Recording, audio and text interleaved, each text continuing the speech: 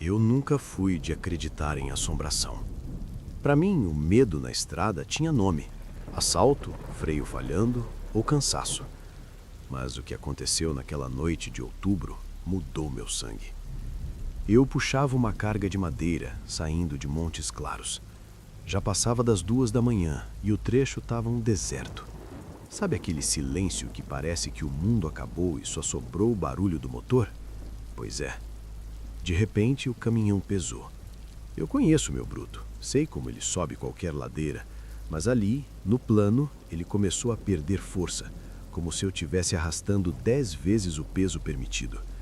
Olhei pelo retrovisor e a neblina estava subindo rápido, encobrindo a carga. Foi quando o rádio PX, que estava desligado, eu repito, desligado e fora da tomada, começou a chiar. Não era chiado de sinal, era um som de dentes batendo. Clac, clac, clac. Pensei que fosse algum curto-circuito. Estiquei a mão para puxar o fio, mas minha mão travou no ar. O cheiro dentro da cabine mudou instantaneamente. Sabe cheiro de bicho morto no sol? Aquele cheiro podre, doce e enjoado. Eu estava sozinho, a 80 km/h, no meio do nada, e senti nitidamente que o banco do carona, que estava vazio, afundou. Como se alguém tivesse acabado de sentar ali e tivesse me encarando no escuro. Eu não conseguia virar o pescoço. O terror era tanto que meus músculos pareciam chumbo. Eu focava no asfalto, mas pelo canto do olho eu via uma mancha escura sentada ao meu lado. Não era uma pessoa viva, não podia ser. O frio que emanava daquele lado da cabine fazia o meu braço direito ficar arrepiado e dormente. O som de dentes batendo no rádio ficou mais alto, e então começou um sussurro. Uma voz que parecia um fole furado, chamando meu nome de batismo, um nome que eu não usava na estrada há 30 anos. Tentei rezar, mas as palavras não saíam. Foi quando eu cometi o erro de olhar para o espelho retrovisor interno. No reflexo do vidro da janela do carona, eu vi. Não era um rosto inteiro, era uma face branca, esticada, com a pele parecendo papel molhado, colada contra o vidro, mas do lado de fora da cabine. A coisa estava flutuando ou grudada na porta a quase 100 por hora, me observando com olhos que eram apenas buracos fundos. O caminhão começou a balançar. O volante puxava para o acostamento, para o meio do mato, com uma força descomunal. Eu lutava contra aquilo, chorando sem perceber, sentindo que se eu parasse o caminhão, eu nunca mais sairia daquela cabine. A criatura no banco do carona soltou um riso seco, um som que parecia galho quebrando, e esticou uma mão cinzenta em direção ao meu pescoço. Eu sentia o ar faltar, como se a pressão dentro daquela cabine tivesse subido de uma vez. Eu não sei de onde tirei forças, mas fechei os olhos e dei um grito, clamando por Deus e pisando no freio com tudo que eu tinha. O caminhão deu um L na pista, fritando os pneus, e parou atravessado. O silêncio que veio depois foi o mais apavorante da minha vida. Eu não sentia mais o cheiro de podre e o banco do carona estava reto novamente. O rádio estava mudo. Fiquei ali, abraçado ao volante, soluçando, sem coragem de abrir a porta. Quando o sol começou a despontar no horizonte, um colega de trecho parou atrás de mim para saber se eu precisava de ajuda. Eu desci do caminhão trêmulo, pálido como um defunto. O colega me olhou e perguntou: "Jorge, que diabo aconteceu com sua porta?" Quando fui olhar, o sangue fugiu do meu rosto. Na latura da porta do carona, pelo lado de fora, havia marcas de 5 dedos longos queimados no metal. A tinta do caminhão estava boloada e descascada, como se algo extremamente quente ou ácido tivesse segurado ali com toda a força. Mas o pior não foi isso. Ao subir na carroceria para conferir a carga de madeira, vi que no topo das toras, bem no meio, havia uma marca de pressão circular, como se algo muito pesado tivesse ficado sentado ali, vigiando o trajeto. Eu vendi aquele caminhão na mesma semana. Tem coisa que a gente encontra na estrada que não pertence a este mundo. E quem diz que é mentira é porque nunca teve que rodar depois das 3 da manhã em terra esquecida por Deus. Eu estava puxando uma carga de maquinário agrícola. Era uma dessas noites em que a escuridão parece ter corpo, uma coisa densa que engole a luz dos faróis. Eu estava atrasado e decidi ignorar o conselho dos antigos que diziam para nunca rodar depois da meia-noite naquele trecho de terra e lama. Eu era novo, achava que o medo era coisa de quem bebia demais nos postos. Por volta das 2 da manhã, notei um brilho nos retrovisores. Eram faróis, mas não eram faróis comuns. Eram amarelos, fracos, como lanternas antigas de caminhões da década de 50. Achei estranho um caminhão tão velho estar naquela velocidade, porque ele se aproximou rápido demais. Eu estava a 60 km por hora por causa dos buracos, e aquela luz colou na minha traseira. Eu não conseguia ver a cabine do sujeito, apenas aquele brilho amarelado que não refletia nada. Tentei contato pelo PX. "Cabelo, tá me ouvindo? Pode passar, o trecho tá limpo." Ninguém respondeu. Só veio uma chiadeira rascante, um som de metal sendo lixado que arrepiava até a alma. Foi aí que o horror começou. Aquele caminhão atrás de mim começou a bater na minha traseira. Não era um toque de acidente, era um ataque. Pá! O impacto jogava a minha cabeça contra o banco. Eu olhava pelo espelho e não via o para-choque dele. Via apenas um vulto negro, uma massa de ferro que parecia não ter fim. O cheiro de óleo queimado e fumaça velha invadiu minha cabine, um cheiro de coisa guardada há séculos em um porão úmido. Eu acelerei. O motor do meu Mercedes gritava, mas o vulto atrás de mim não ficava para trás. Ele estava colado, e o som de metal batendo no meu chassi parecia o som de marteladas em um caixote. O desespero tomou conta. Eu estava suando frio e minhas mãos escorregavam no volante. Decidi que ia forçar o freio para ver se o sujeito desviava, mas quando ameacei pisar, algo me fez olhar para a janela do motorista. O caminhão de trás não estava mais atrás. Ele estava parelhando comigo, em uma estrada de pista simples, onde mal cabia um veículo. Ele surgiu do meu lado esquerdo, sem fazer som de motor, apenas aquele barulho de sucata batendo. Eu olhei para o lado. Eu juro pelo que há de mais sagrado que eu vi. Não era uma cabine de caminhão comum.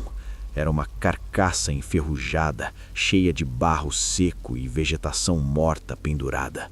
No banco do motorista não havia um homem. Havia uma coisa coberta por uma capa de chuva velha, de borracha preta toda rasgada. O rosto, aquilo não era um rosto. Era uma caveira envolta numa pele escura e esticada como couro velho. A figura não olhava para a estrada. Ela estava com o pescoço virado 90 graus para a direita, me encarando fixamente. Os olhos eram 2 pontos de luz branca, opaca, que pareciam sugar minha consciência. Aquela coisa soltou o volante e esticou o braço para fora da janela, tentando alcançar minha porta. Os dedos eram longos, puramente osso coberto por uma película de graxa preta.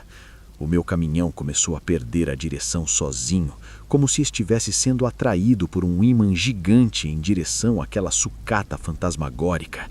Eu comecei a gritar, a chorar, a pedir perdão pelos meus pecados, porque eu sabia que se aquele braço encostasse na minha maçaneta, eu seria puxado para dentro daquele ferro velho ambulante. Eu fechei os olhos por um segundo, esperando o impacto final, o momento em que eu capotaria e morreria naquela ribanceira. Eu dei um salovanco no volante para o lado oposto e, de repente, o peso sumiu. O barulho de metal sumiu. O cheiro de óleo velho sumiu. Abri os olhos e eu estava sozinho na estrada. Não havia luzes atrás, não havia caminhão do lado, só o som do meu próprio motor e o mato fechado. Eu não parei. Dirigi mais 2 horas até o primeiro posto de fiscalização. Quando estacionei debaixo das luzes de mercúrio do pátio, eu desci e minhas pernas fraquejaram.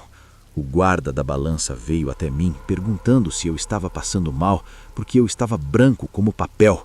Eu não conseguia falar, apenas apontei para o lado esquerdo do meu caminhão. O guarda deu a volta no veículo e soltou um palavrão. A lateral inteira da minha cabine estava marcada. Não eram arranhões de outro caminhão. Havia marcas de mãos, dezenas delas, feitas de um material negro que parecia piche misturado com terra de cemitério. Onde o motorista do outro caminhão tinha tentado segurar, o metal estava afundado como se tivesse sido apertado por uma prensa hidráulica. O guarda me olhou com os olhos arregalados e disse: "Você é o terceiro este ano. O último não parou aqui.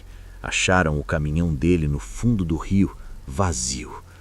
Até hoje, quando ouço o barulho de metal batendo ou sinto o cheiro de fumaça velha em estrada deserta, meu corpo treme. Eu sei o que vi. A estrada é um lugar de vivos, mas às vezes os mortos decidem que precisam de carona. Eu estava subindo para o norte com uma carga de pneus. Era uma noite de lua nova, daquelas em que, se você apagar a luz da cabine, não enxerga a palma da mão na sua frente. O asfalto naquela época era um queijo suíço, cheio de buracos, o que me obrigava a andar devagar, às vezes a 20 ou 30 quilômetros por hora. Por volta das 1h15 da manhã, cheguei perto de uma ponte de madeira antiga, num lugar que o pessoal chamava de Passagem do Meio. Antes de entrar na ponte, os meus faróis iluminaram algo que me fez dar um solavanco no banco. Havia uma criança, um menino de no máximo 7 anos, parado exatamente no meio da ponte. Ele estava de costas para mim, usando uma roupa branca encardida e segurando o que parecia ser uma corrente de ferro pesada que atravessava a pista de um lado ao outro. Eu freiei o caminhão, o coração parecendo que ia sair pela boca. Pensei que fosse um assalto, um atraso para me fazer descer. Peguei o meu facão debaixo do banco e esperei, mas o menino não se mexia. Ele começou a balançar o corpo para frente e para trás, num ritmo doentio, enquanto o som daquela corrente batendo na madeira da ponte, vrum, clac, ecoava no silêncio da mata. Eu dei luz alta e buzinei, mas ele não reagiu. Foi quando ele começou a virar a cabeça. Mas ele não virou o corpo. Ele girou o pescoço quase que completamente, como uma coruja, e me olhou. O rosto dele não tinha pele. Era como se tivesse sido arrancada. Era pura carne viva e vermelha, brilhando sobre o meu farol. O terror me paralisou por alguns segundos, mas o instinto de fuga ou morte falou mais alto. Eu não parei. Engatei a primeira reduzida e acelerei o bruto. Eu senti as rodas passarem por cima da corrente e jurei que passaria por cima daquela coisa também. Mas quando o caminhão cruzou o ponto onde o menino estava, não senti impacto nenhum. Olhei pelo retrovisor e não havia ninguém na ponte. O menino e a corrente tinham sumido como se nunca tivessem existido. Soltei um suspiro de alívio, achando que tinha sido uma alucinação pelo cansaço. Foi aí que o meu erro se tornou fatal. O caminhão ficou pesado de repente, como se eu tivesse subindo uma serra de 15 graus. Comecei a ouvir um som de metal arrastando. Tic, tic. Olhei para o lado e o vidro do carona, que estava totalmente fechado e travado, começou a embaçar por dentro. Uma mão pequena, vermelha de sangue fresco, bateu contra o vidro de dentro para fora. Eu senti o meu sangue gelar. Aquela coisa estava dentro da cabine comigo.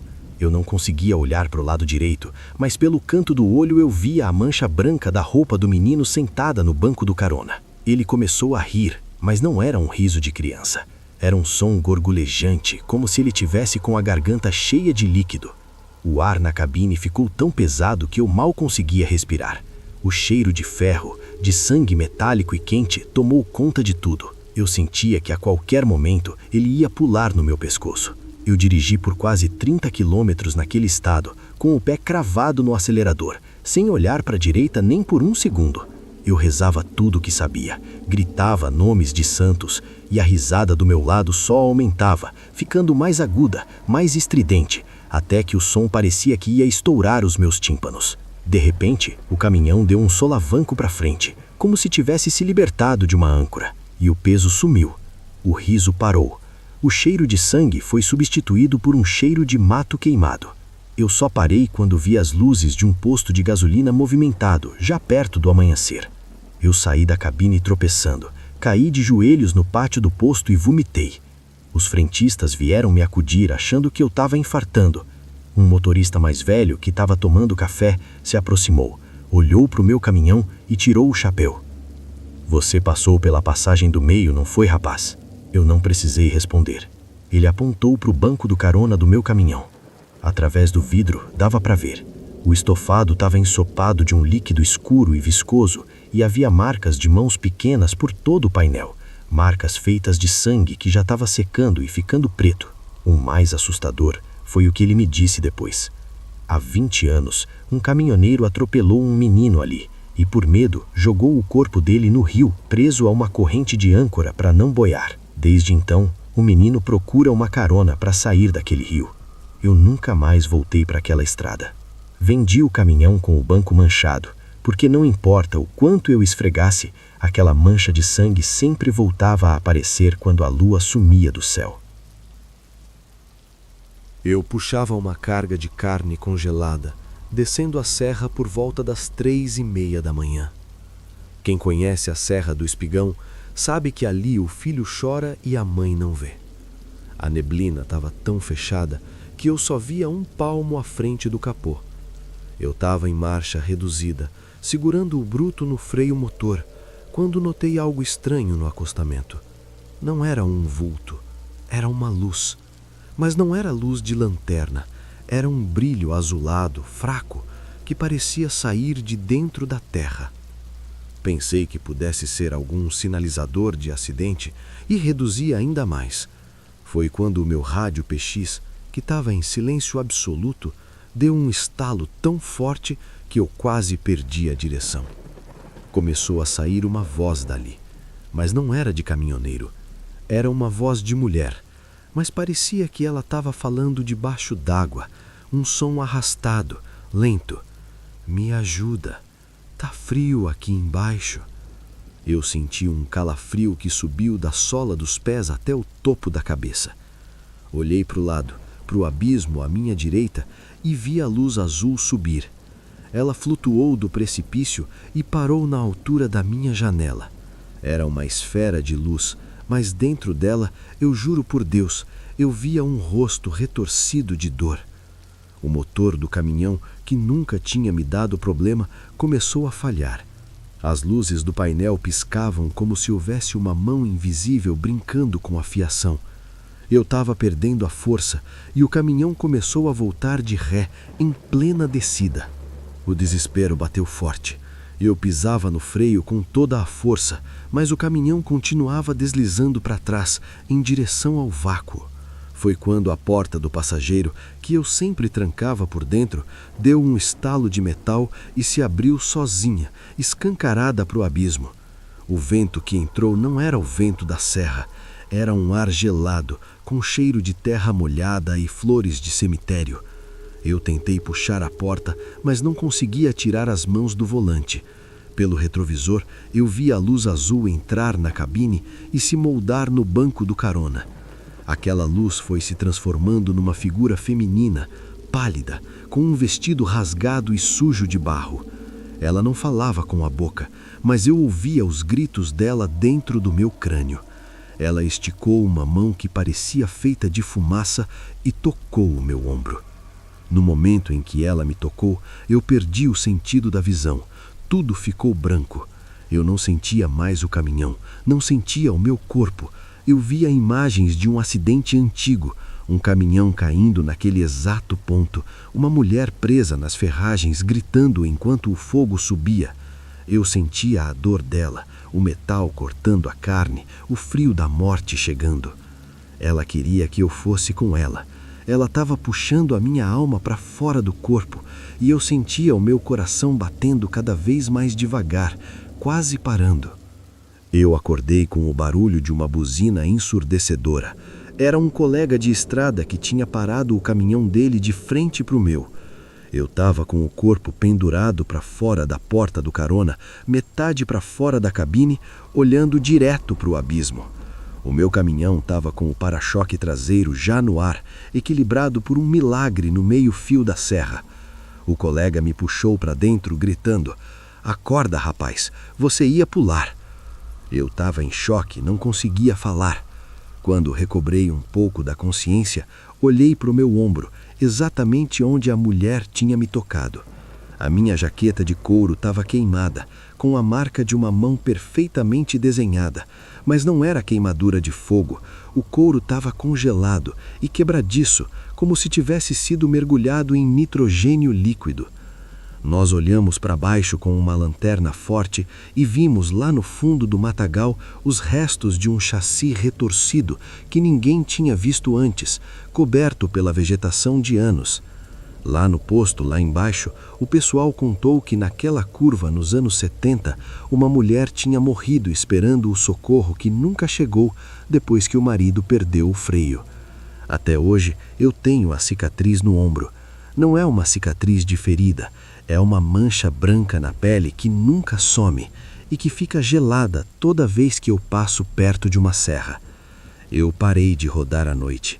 Tem coisa que a gente não enfrenta com motor nem com reza. Tem coisa que simplesmente é dona da estrada. Tião era um motorista de mão cheia. Levava uma carreta carregada de peças automotivas para o Porto de Santos. Era uma noite de tempestade severa, com raios que pareciam rachar o céu sobre a serra. Ele fez o último contato pelo rádio PX com um colega que vinha a alguns quilômetros atrás, por volta das 23h30. Tião disse apenas uma frase. Tem algo errado com a estrada. Parece que o asfalto acabou e eu estou rodando em cima de osso. O colega achou que era uma brincadeira ou cansaço, mas depois disso só houve estática. O caminhão de Tião nunca chegou ao destino. Na manhã seguinte, as equipes de busca encontraram o rastro. Marcas de frenagem desesperadas que terminavam abruptamente em um dos pontos mais íngremes do penhasco, onde a proteção de metal, guarda-reio, havia sido arrancada como se fosse feita de papel. Lá embaixo, a mais de 150 metros de profundidade, no meio da mata fechada e do nevoeiro eterno, estava o que restou do bruto. O resgate foi uma operação de guerra. Quando os bombeiros finalmente alcançaram os destroços, encontraram a cabine completamente amassada, reduzida a uma massa de ferro retorcido. Mas havia um detalhe que gelou o sangue de todos. A porta do motorista estava aberta, escancarada. O cinto de segurança estava cortado, mas não por uma faca ou tesoura. As fibras do cinto estavam desfiadas, como se tivessem sido mastigadas por dentes grandes e fortes. E dentro daquela cabine que virou um túmulo de metal, não havia nem sinal de Tião. Nem uma gota de sangue, nem um pedaço de roupa. Nada. A polícia técnica subiu os destroços meses depois, mas o mistério só aumentou. O tacógrafo do caminhão, o disco que registra a velocidade e o tempo, mostrava que nos últimos 3 minutos antes de cair no abismo, o caminhão estava a 0 km por hora. Ou seja, de acordo com o aparelho, o caminhão estava parado. No entanto, as marcas no asfalto e o estado do veículo provavam que ele caiu em alta velocidade. Era como se o tempo tivesse congelado para o veículo, mas não para o motorista. Anos se passaram e o caso foi arquivado como desaparecimento. Mas os caminhoneiros que continuaram a fazer a rota começaram a relatar algo macabro. Diziam que, em noites de neblina densa, era possível ver um homem caminhando pelo acostamento exatamente no ponto onde o guarda-reio foi arrancado. O homem vestia a mesma camisa xadrez que Tião usava no dia do acidente. Ele não pedia carona. Ele apenas apontava para o fundo do penhasco e dizia para quem passava pelo rádio: "Ele ainda está me segurando lá embaixo." Um grupo de investigadores paranormais e curiosos resolveu descer ao local do acidente com câmeras de visão noturna. O que eles registraram em áudio até hoje circula em fóruns restritos de caminhoneiros. No meio do silêncio da mata, ouve-se nitidamente o som de uma porta de caminhão batendo. Clec. E em seguida, o som de correntes pesadas sendo arrastadas por cima de pedras. Mas não havia caminhão. Não havia correntes. E não havia ninguém vivo em um raio de quilômetros. O capítulo mais aterrorizante aconteceu em 2012, quando uma equipe de manutenção ambiental desceu o mesmo penhasco para limpar detritos acumulados. Um dos operários encontrou, presa em uma fenda entre 2 rochas enormes, a carteira de Tião. Ela estava intacta, seca, como se tivesse sido colocada ali no dia anterior. Dentro, além dos documentos, havia um bilhete escrito a lápis, com uma letra trêmula que a família confirmou ser dele. O bilhete dizia: "Eu não caí. Eu fui puxado. A estrada abriu a boca e me buscou. Se você está lendo isso, não olhe para trás, porque ele está subindo atrás de você." O operário que encontrou a carteira relatou que no momento em que terminou de ler, sentiu uma mão gelada tocar sua nuca. Ele olhou para trás e viu por um breve segundo um vulto imenso, de mais de 3 metros de altura, feito de sombras e galhos secos, desaparecendo na neblina. O corpo de Tião nunca foi encontrado. Nenhuma ossada, nenhum rastro biológico. Para a justiça, ele está morto. Para os caminhoneiros da Serra do Mar, ele se tornou parte da própria estrada. Dizem que se você passar por aquele ponto à meia-noite e o seu rádio captar apenas o som de alguém chorando, é melhor não olhar pelo retrovisor. Tião continua tentando sair do fundo daquele penhasco, mas o que quer que o tenha puxado naquela noite de 1994 ainda não terminou de brincar com ele. Eu já estava na estrada há mais de 30 anos e achava que tinha visto de tudo. Naquela noite, eu puxava uma bitrem carregada de soja saindo de Sinop. O sol já tinha se posto e aquela escuridão do centro-oeste, que parece que vai te engolir, tomou conta de tudo. O asfalto ali era precário e a poeira que subia dos trechos de terra formava uma cortina que o farol mal atravessava.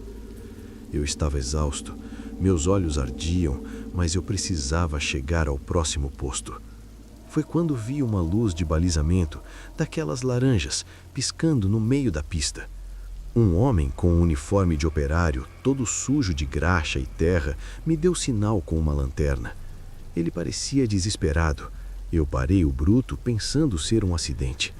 Ele subiu no estribo e, com os olhos arregalados, me disse que uma ponte ali na frente tinha caído e que eu precisava pegar um desvio por dentro de uma fazenda para não ficar preso no bloqueio. Eu, no cansaço, não questionei. O que me estranhou foi que, mesmo com o calor de 30 graus daquela região, o hálito do homem saía como fumaça, como se ele estivesse em um freezer. Entrei na tal estrada de terra que ele indicou. Conforme eu avançava, a estrada ia ficando mais estreita e o mato ia batendo nos espelhos. Olhei para o lado para perguntar quanto faltava, mas o banco do carona estava vazio. A porta estava trancada por dentro. O sujeito tinha sumido com o caminhão em movimento. O meu estômago embrulhou na hora. Tentei engatar a ré, mas o câmbio travou. O motor começou a tossir, um som metálico horrível, e morreu. Ali, no silêncio absoluto da mata, eu comecei a ouvir algo batendo na carroceria. Tum, tum, tum. Lento, como se alguém estivesse subindo na carga usando garras de ferro. Eu não tive coragem de descer. Peguei minha lanterna de alta potência e comecei a iluminar os espelhos. Eu via vultos altos, de uns 2 metros, se movendo entre os pneus da carreta. Não eram pessoas, eram formas magras, com braços longos demais, que se arrastavam pelo chão. O caminhão começou a balançar, mas não de um lado para o outro. Ele balançava como se algo tivesse tentando levantá-lo por baixo. Eu sentia as rodas traseiras perdendo o contato com o chão e voltando com um estrondo. O rádio PX ligou sozinho em um canal que eu nunca tinha visto. Só se ouvia o som de choro. Um choro de várias pessoas, abafado como se estivessem debaixo da terra. De repente, a temperatura dentro da cabine caiu tanto que o para-brisa começou a congelar por dentro. Eu peguei meu celular para pedir socorro, mas não havia sinal e a tela mostrava apenas uma data: 12 de outubro de 1978, o ano em que eu nem era caminhoneiro ainda. Foi quando eu olhei para frente e vi na luz fraca que restava da bateria que eu não estava em uma estrada de fazenda. Eu estava parado na beira de um despenhadeiro que não existia nos mapas daquela região. Lá embaixo, no fundo do vale, iluminado por uma luz azulada que vinha do nada, eu vi dezenas de carcaças de caminhões antigos, todos amontoados, retorcidos como se tivessem sido mastigados por algo gigante. E no meio daqueles destroços, centenas daquelas figuras magras olhavam para cima, para mim. Elas começaram a escalar a encosta. O som das unhas delas batendo nas pedras era como chuva de granizo em telhado de zinco. Eu sabia que se o motor não pegasse, eu seria o próximo caminhão naquela pilha de mortos. Em um ato de puro desespero, eu comecei a berrar o Salmo 91 e girei a chave com toda a força que eu tinha. O motor deu um estouro, soltou uma fumaça preta que invadiu a cabine, mas pegou. Eu não olhei para trás, engatei a primeira e joguei o caminhão para cima do mato, moendo tudo o que via pela frente. Eu sentia os impactos daquelas coisas batendo na lataria, tentando segurar as rodas. Uma delas chegou a quebrar o vidro traseiro da cabine e eu senti um cheiro de enxofre e carne podre que quase me fez desmaiar. Dirigi sem rumo por quase 1 hora, até que milagrosamente saí de volta na BR-163, exatamente no ponto onde o operário tinha me parado. Só que não havia luz laranja, não havia operário, não havia sinal de obra. Parei no posto da Polícia Rodoviária Federal alguns quilômetros adiante, soluçando fora de mim. Os policiais me deram água e me acalmaram. Quando contei a história, o sargento mais velho ficou pálido. Ele me levou até o pátio e pediu para eu olhar para a traseira do meu caminhão. Minha lona estava toda rasgada em tiras perfeitas, mas o que me fez cair no chão de joelhos foram as marcas de mãos. Havia centenas de impressões de mãos na lataria, mas eram mãos com 7 ou 8 dedos, longos, que deixaram sulcos profundos no assalto do baú. O sargento me disse: "Você é o primeiro que volta desse desvio, rapaz. Desde os anos 70, caminhões somem nesse trecho e nunca achamos nenhum parafuso." Eu nunca mais voltei para o Mato Grosso. Hoje eu tenho cicatrizes no braço, da onde aquela coisa me alcançou pelo vidro quebrado. Marcas que nunca fecham totalmente e que doem toda vez que o sol se põe. A estrada não é só asfalto e carga. Às vezes, ela é uma armadilha armada por algo que estava aqui muito antes de nós.